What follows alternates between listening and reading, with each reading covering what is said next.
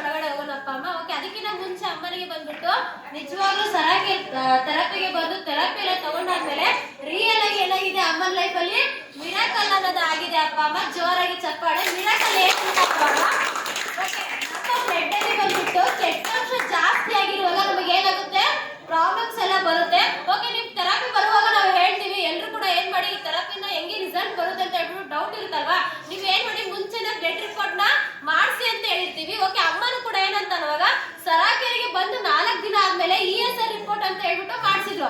Okay, ESR report ಅಲ್ಲಿ ಬಂದ್ಬಿಟ್ಟು blood ಅಲ್ಲಿ ಅಮ್ಮನಿಗೆ ಇನ್ಫೆಕ್ಷನ್ ಏನಿತ್ತು 60 ಪಾಯಿಂಟ್ ಇತ್ತು ಅಪ್ಪ. ಓಕೆ, ಜಾಸ್ತಿ ಇತ್ತು. ಓಕೆ, ಅದು ಬಂದ್ಬಿಟ್ಟು ನಾರ್ಮಲ್ ಅಂತ ಅನ್ನುವಾಗ 20 ಒಳಗಡೆನೆ ಇರ್ಬೇಕು. ಅಮ್ಮನಿಗೆ ಎಷ್ಟಿತ್ತು, 60 ಇತ್ತು. ಓಕೆ, ಆ 60 ಇರುವಾಗ ಏನಾಗಿತ್ತು, ಅಮ್ಮನಿಗೆ ಪೇನ್ ತುಂಬಾ ಆಗ್ತಿತ್ತು. ಓಕೆ, 20 ದಿನ ಥೆರಪಿ ಎಲ್ಲ ತಗೊಂಡಾದ್ಮೇಲೆ ನಿನ್ನೆ ಅಮ್ಮ ಬಂದ್ಬಿಟ್ಟು ಬ್ಲಡ್ ಚೆಕಪ್ ಮಾಡಿಸಿದ್ದಾರೆ. ಓಕೆ, ನಿನ್ನೆ ಮಾಡಿಸಿದಾಗ ಮುಂಚೆ 60 ಇತ್ತು, ಇವಾಗ ಬಂದ್ಬಿಟ್ಟು 33ಕ್ಕೆ ಏನಾಗಿದೆ ಅಮ್ಮನಿಗೆ ಇನ್ಫೆಕ್ಷನ್ ಎಲ್ಲ ಬಂದ್ಬಿಟ್ಟು ಕಡಿಮೆ ಆಗಿದೆ ಅಪ್ಪ ಅಮ್ಮ. ಬೆಸ್ಟ್ ಆಗಿರೋ ರಿಸಲ್ಟ್ ಅಮ್ಮನಿಗೆ ಬಂದಿದೆ. ಓಕೆ, ನಾನು ಹೇಳಕ್ಕಿಂತ ಅಮ್ಮನಿಗೆ ಮಾತಾಡ್ಸದ.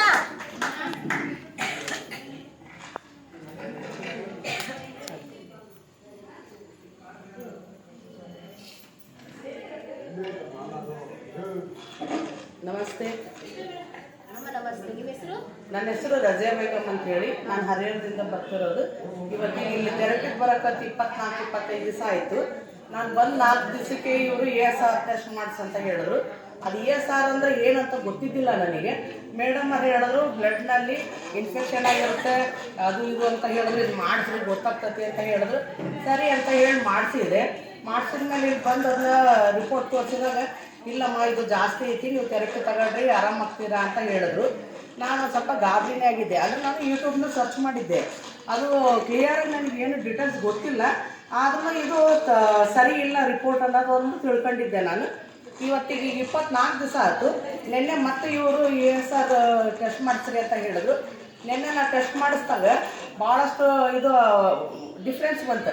ಅಂದರೆ ಮೊದಲು 60 ಪಾಯಿಂಟ್ ಬಂದಿತ್ತು, ಈಗ ನಿನ್ನೆ 33 ಪಾಯಿಂಟ್ ಬಂದಿತ್ತು. ನನಗೆ ಡಿಸ್ಕ್ ಪ್ರಾಬ್ಲಮ್ ಇತ್ತು, ಸೊಂಟದ ಆಪರೇಷನ್ ಹೇಳಿದ್ದಾರೆ, ಕಾಲು ನೋವು, ಜಾಸ್ತಿ ಹೊತ್ತು ಕೂತ್ಕೊಂಡ್ರೆ ಓಡಾಡೋಕ್ಕಾಗಲ್ಲ. ಆದರೆ ಇದೆಲ್ಲ ಸ್ವಲ್ಪ ನೋವು ಕಡಿಮೆ ಆಗಿದೆ. ಸುಸ್ತು ಭಾಳ ಆಗ್ತಿತ್ತು, ಮೈ ಒಜ್ಜಿ ಅನ್ಸೋದು. ಇಲ್ಲಿ ಬಂದಾಗಿಂದ ಮೈ ಹಗುರಾಗಿದೆ. ಆಮೇಲೆ ಎಕ್ಸಸೈಸ್ ಮನೆಗೆ ನಾನು ಮಾಡ್ತಾನೇ ಇದ್ದಿಲ್ಲ. ನಾನು ಇಲ್ಲಿ ಬಂದಾಗಿಂದ ಎಕ್ಸಸೈಸ್ ಮಾಡ್ತಾ ಇದ್ದೀನಿ. ಬಾಡಿ ಎಲ್ಲ ಬೆಂಡ್ ಮಾಡೋಕ್ಕಾಗ್ತೈತಿ, ಸೊಂಟ ಅಲ್ಲಾಡ್ಸೋಕ್ಕಾಗ್ತಿದ್ದಿಲ್ಲ, ಸೊಂಟ ಅಲ್ಲಾಡಿಸ್ತೀನಿ. ಸ್ವಲ್ಪ ನೋವು ಕಡಿಮೆ ಆಗಿದೆ ನನಗೆ. ಈಗ ನಿಜವಾಗ್ಲೂ ಎಲ್ಲ ರಿಪೋರ್ಟ್ ನೋಡಿದಾಗಿಂದ ನನಗೆ ಭಾಳ ಖುಷಿ ಆಗೈತಿ. ಅಂದರೆ ನಾನು ಥೆರಪಿ ಮಾಡೋದ್ರಿಂದ ನನಗೆ ಇನ್ನೂ ಕ್ಯೂರ್ ಆಗ್ತೈತಿ ಅಂತೇಳಿ ನನಗೆ ನಿನ್ನೆಯಿಂದಲೇ ಜಾಸ್ತಿ ನನಗೆ ನಂಬಿಕೆ ಬಂದಿರೋದು. ನಾನು ಅದಕ್ಕೆ ನಿಜವಾಗ್ಲೂ ಥ್ಯಾಂಕ್ಸ್ ಹೇಳ್ತೀನಿ. ತಪ್ಪಿಸ್ತೇ ಇಲ್ಲಿ ಸರಕೆರೆಗೆ ಬಂದು ನಾನು ಆರಾಮಾಗ್ತೀನಿ. ನನಗೆ ಆಪ್ರೇಷನ್ ಮಾಡಿಸ್ಕೊಳಕ್ಕೆ ಇಷ್ಟ ಇಲ್ಲ, ಹಂಗಾಗಿ ನಾನು ಇಲ್ಲೇ ಆರಾಮಾಗ್ತೀನಿ ಅಂತ ಹೇಳಕ್ಕೆ ಇಷ್ಟಪಡ್ತೀನಿ.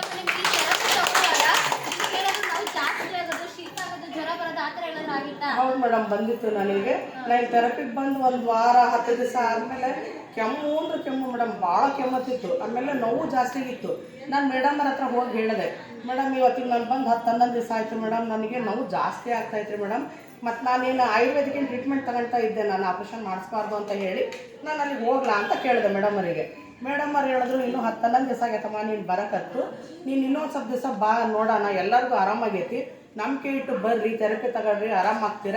2 ತಿಂಗಳವರೆಗೂ ನೀವು ಕಂಟಿನ್ಯೂ ಬರ್ರಿ, ನಿಮಗೆ ಡಿಫ್ರೆನ್ಸ್ ಗೊತ್ತಾಗ್ತತಿ, ಆಮೇಲೆ ನೀವೇ ಹೇಳ್ತೀರಾ ಅಂದರು. ಸರಿ ಮೇಡಮ್ ಅಂದೆ. ನಿಮ್ಗೇನಾದರೂ ಪೇನ್ ಜಾಸ್ತಿ ಆದರೆ ಒಂದೊಂದು ಟ್ಯಾಬ್ಲೆಟ್ ತಗೊಳಮ್ಮ ನೋವಿಗೆ ಅಂದರು.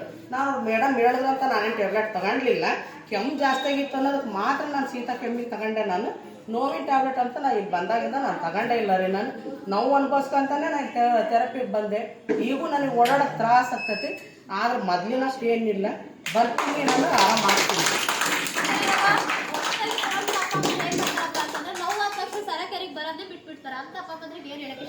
ನೋವು ಜಾಸ್ತಿ ಆದ್ಮೇಲೆ ಕಡಿಮೆ ಆಗೋದು ಅನ್ನೋದನ್ನ ನಮಗೆ ಇಲ್ಲಿ ತಿಳಿಸ್ಕೊಟ್ಟಿದ್ದಾರೆ ರೀ ಮೇಡಮ್ ಅವರು. ನಾವು ಕೂಡ ಫಸ್ಟ್ಗೆ ಅದನ್ನೇ ಹೆದರಿದೆ. ನಾನು ಹೆದರೇ ಕೂಡ ನಾನು ಮೇಡಮ್ ಅವ್ರ ಹತ್ರ ಹೋಗಿ ಹೇಳಿದ್ದೆ. ಆದ್ರೆ ಅವ್ರು ಹೇಳಿದ್ದೆಲ್ಲ ಅದು ನಿಜನೇ ಅನ್ನಿಸ್ತು ನನಗೆ. ಅನುಭವ ಬಂದ ಮೇಲೆ ಅದು ನೋವು ಜಾಸ್ತಿ ಆಯಿತು, ಅದೇ ರೀತಿ ಕಡಿಮೆನೇ ಆಗಿರೋದೀಗ. ಮತ್ತು ಈಗ ಅಂದಮೇಲೆ ನಾನು ನಂಬಿಕೆ ಮಾಡೇ ಮಾಡ್ತೀನಿ. ನಾನು ಈಗ ಬೇರೆಯವ್ರಿಗೆ ಹೇಳೋದೇನಪ್ಪ ಅಂದ್ರೆ ನನಗಂತೂ ಅನುಭವ ಆಗೈತಿ, ನೀವು ಅನುಭವ ತಗೊಳ್ರಿ. ನಿಮಗೆ ಗೊತ್ತಾಗ್ತತಿ, ನೀವು ಬಂದೇ ಬರ್ತೀರಾ, ಆರಾಮ್ ಆಗ್ತೀರಾ ಅಂತ ಹೇಳ್ತೀನಿ ನಾನು. ಓಕೆ, ಕೊನೆಯದಾಗಿ ಸರಾ ಕೇರ್ ಬಗ್ಗೆ ಏನು ಹೇಳಕ್ ಇಷ್ಟಪಡ್ತೀರಾ? ಸರಾ ಕೇರ್ ನಿಜವಾಗ್ಲೂ ರೀ ನಮ್ಮಂಥ ಬಡವರಿಗೆ ಭಾಳಷ್ಟು ಅನುಕೂಲ ಮಾಡಿಕೊಟ್ಟಿದ್ದಾರೆ ಸರ್. ಇಲ್ಲಿರೋಂಥ ಮೇಡಮ್ಸ್ ನಿಜವಾಗ್ಲೂ ನಾನು ಫಸ್ಟ್ನೇ ದಿವಸ ಬಂದಾಗ ನಾನು ಇಲ್ಲಿದೆಲ್ಲ ಆ್ಯಕ್ಟಿವಿಟೀಸ್ ನೋಡಿ ಹೋಗಿ ನಮ್ಮ ಮನೆ ಹತ್ರ ಆಗಲಿ ನಮ್ಮ ಮನೆಯವರಿಗಾಗಲಿ ಪ್ರತಿಯೊಬ್ಬರಿಗೂ ನಾನು ಇದನ್ನೇ ಹೇಳಿದ್ದು. ದುಡ್ಡು ಕೊಟ್ಟು ನಾನು ತೋರಿಸ್ಕೊಂಡಿದ್ದೀನಿ, ಬೇಕಾದಷ್ಟು ಕಡೆ ತೋರಿಸ್ಕೊಂಡಿನಿ. 50,000 ರೂಪಾಯಿ ಮೇಲೆ ಖರ್ಚಾಗೈತೆ ರೀ. ನಂಗೆ ಆಪ್ರೇಷನ್ ಹೇಳಿದ್ರು, ಅಲ್ಲಿ ಇಲ್ಲಿ ಅಡ್ಡಾಡಿದೆ, ನಾನು ಹೋಗಲಿಲ್ಲ. ಅಲ್ಲೆಲ್ಲ ಭಾಳ ದುಡ್ಡು ತಗೊಂಡು ಇಷ್ಟೆಲ್ಲ ಚೆನ್ನಾಗಿ ಕೇರ್ ಮಾಡಲ್ಲ. ಇಲ್ಲಿ ನಾವು ದೊಡ್ಡವರು ಸಣ್ಣವರು ಯಾವುದೂ ನೋಡಲ್ಲ. ಇಲ್ಲಿ ಅಪ್ಪ ಅಮ್ಮ ಅಂದಲ್ಲಿ ಬಾಯಿ ತೆಗಿಯಲ್ಲ. ಬಗ್ಗೆ ನಾವಂದರೂ ಬರೀ ಹಿಂಗೆ ನಮಸ್ಕಾರ ಮಾಡ್ತೀವಿ, ಅವ್ರು ಹಂಗಲ್ಲ, ನಮಗೆ ಬಗ್ಗೆ ನಮಸ್ಕಾರ ಮಾಡ್ತಾರೆ. ಪ್ರತಿಯೊಬ್ಬರು ಬಂದು ಇಲ್ಲೇ ನಮ್ಮ ಹತ್ರ ಕೂತ್ಕೊಂಡು ಮಾತಾಡ್ತಾರೆ, ಕೇಳ್ತಾರೆ ನಮ್ಮ ಪ್ರಾಬ್ಲಮ್ ಏನು ಅಂತ ಹೇಳಿ.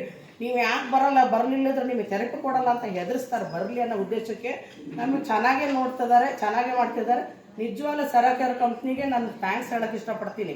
ಯಾಕಂದರೆ ಇಲ್ಲೆಲ್ಲ ಫ್ರೀ ಟ್ರೀಟ್ಮೆಂಟ್, ನಾವು ಇದನ್ನು ಉಪಯೋಗಿಸ್ಕೊಬೇಕನ್ನೋದೇ ನಾನು ಹೇಳೋದು ನಿಮ್ಗೆಲ್ಲರಿಗೂ.